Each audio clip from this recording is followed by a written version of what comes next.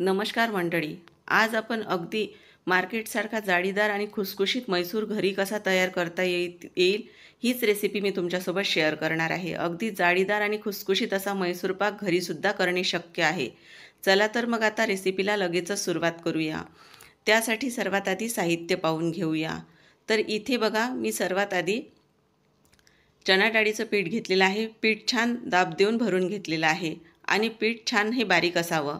त्याच वाटीने मी साखर घेतलेली आहे. अगदीच काठोकाठ आपल्याला भरायची नाही आणि पाऊण वाटी एवढं पाणी घेतलेलं आहे. इथे मी तेलाचा वापर केलेला आहे. 1.5 वाटी एवढं तेल घेतलेलं आहे. तुम्ही साजूक तुपाचाही वापर करू शकता आणि वेलची पावडर अगदी ऑप्शनल आहे. घरात कुठलंही एक भांडं सेट करून घ्यायचं आणि त्यानेच आपण हे प्रमाण घ्यायचं. ही तीच वाटी आहे. याच वाटीने सगळं मी प्रमाण घेतलेलं आहे. अगदी सोपी पद्धत तुमच्यासोबत मी शेअर केलेली आहे.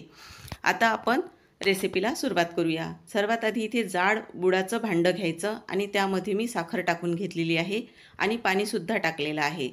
छान आता आपण हे साखर पूर्ण ढवळून घ्यायची आहे यामध्ये आणि आता आपण याचा 1 तारी एवढा पाक तयार करणार आहोत. यामध्ये थोडा फूड कलर होता माझ्याकडे, तेवढा मी टाकलेला आहे. तो पूर्णतः ऑप्शनल आहे. आणि आता याचा सर्वात महत्त्वाची टिप लक्षात ठेवायची की याचा 1 तारीच पाक आपल्याला तयार करायचा आहे. थोडा जरी तुम्ही कमी केला तरीही मैसूर पाक तयार होऊ शकत नाही आणि जास्त कडकही तुम्हाला करायचा नाही. आता चणा डाळीचं पीठ एका भांड्यात टाकल्यानंतर यामधलंच आपल्याला तेल थोडं थोडं करत आपल्याला याचं छान असं मिश्रण तयार करून घ्यायचं आहे. याची कन्सिस्टन्सी मी तुम्हाला पुढे सांगणारच आहे. आणि इथे तुम्ही पाहू शकता यामधल्या पूर्ण गुठळ्या आपल्याला मोडायच्या आहेत. अगदी सहजपणे हे मिश्रण तयार होतं आणि याची कन्सिस्टन्सी तुम्ही पाहू शकता. इतपत आपल्याला हे पातळ ठेवायचं आहे. आता हे बाजूला ठेवूया आणि आपल्या पाकाकडे वळूया. तर पाहू शकता इथे पाकसुद्धा आता आपला तयार होत आलेला आहे. तर आपल्याला 1 तारी पाक याचा छान बनवून घ्यायचा आहे. आता पाक आपला तयार झालेला आहे. पाहू शकता यात तार तयार होत आहे आणि आता यामध्येच आपण हे तयार केलेलं बेसन पिठाचं मिश्रण ओतणार आहोत.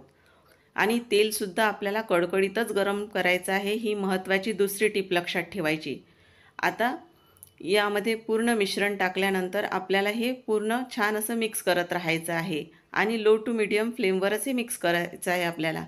फक्त तेल छान कडकडीतच गरम लागणार आहे.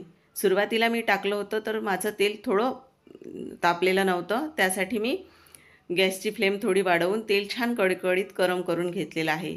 पण आपण जेव्हा हे बेसन पिठाचं मिश्रण भाजतो तेव्हा गॅसची फ्लेम लो टू मिडियमच ठेवायची आहे आपल्याला. आणि तेल टाकल्यानंतर 1 ते 2 सेकंद आपल्याला थांबायचं आहे, कारण त्यामध्ये पूर्ण बुडबुडे तयार होतात आणि छान त्यामध्ये असे पूर्ण तो जे वरचं मिश्रण असतं ते भाजल्या जातं. तर पाहू शकता मी टाकल्यानंतर थोडी थांबत आहे आणि नंतर हे मिक्स करत आहे. अशाच पद्धतीने आपल्याला छान हे पूर्ण मिक्स करून घ्यायचं आहे आणि आपण हे बेसन पीठ पूर्ण भाजत राहायचं आहे.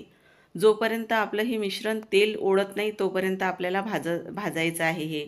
आणि 2-2 सेकंदानंतर किंवा मिनिटानंतर आपल्याला त्यामध्ये तेल टाकायचं आहे. तुम्ही एकदम असं लक्षात ठेवायचं की आता यातनी तेल ओढलेलं आहे, तेव्हा लगेच दुसरी पडी तेल यामध्ये टाकायचं. आणि तेलसुद्धा पाहू शकता छान कडकडीत असं गरम केलेलं आहे. आणि थांबून परत एकदा मी हे फिरवलेलं आहे. तर यामध्ये पूर्ण आता फुलण्याची क्रिया चालू झालेली आहे. गॅसची फ्लेम मिडियमच ठेवायची बरं का. आणि पूर्ण आपलं तेल ओतून झाल्यानंतरच आपण गॅसची फ्लेम वाढवणार आहोत. आता परत एकदा तेल आपण टाकून घेतलं, म्हणजे टोटल 4 वेळा मी यामध्ये तेल टाकलेलं आहे. आणि असंच आपल्याला हे टाकल्यानंतर थांबून परत भाजायचं आहे. मी तुम्हाला परत परत हे का सांगते, कारण कधीकधी आपण तेल टाकायला वेळ करतो आणि त्यामुळे मैसूर कडक होण्याची शक्यता असते. त्यासाठी तुम्हाला ही पूर्ण लक्ष देऊनच करायचं आहे आणि हे पूर्ण भाजून घ्यायचं आहे. आता मी यामध्ये तेल माझं होतं ते पूर्ण टाकलेलं आहे आणि आपण हे छान असं भाजून घेणार आहोत. आता गॅसची फ्लेम थोडी वाढवून घेतलेली आहे आणि एका भांड्याला आपण छान तेल लावून घेणार आहोत. आता यांनी तेल ओढणं पूर्ण बंद केलेलं आहे. तर आता याला पाहू शकता रंगसुद्धा आलेला आहे आणि यातील तेल थोडं वेगळं होत चाललेलं आहे होणं. तर आता हे आपण समजायचं की आपलं हे पूर्ण तयार होत आलेलं आहे.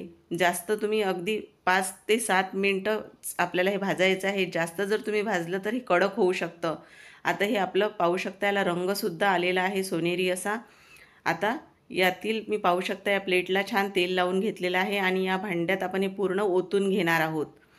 तर आता हे पूर्ण यात ओतल्यानंतर पूर्ण मी यावर थोडे बदामचे कापही तुम्ही घालू शकता. आणि आता थोडं 5 ते 7 मिनटं थांबल्यानंतर याचे आपण काप करून घेणार आहोत.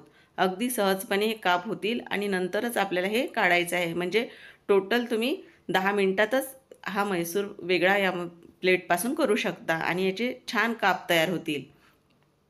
मी ज्याप्रमाणे तुम्हाला दाखवत आहे असेच मी पूर्ण काप तयार करून घेतलेले आहेत.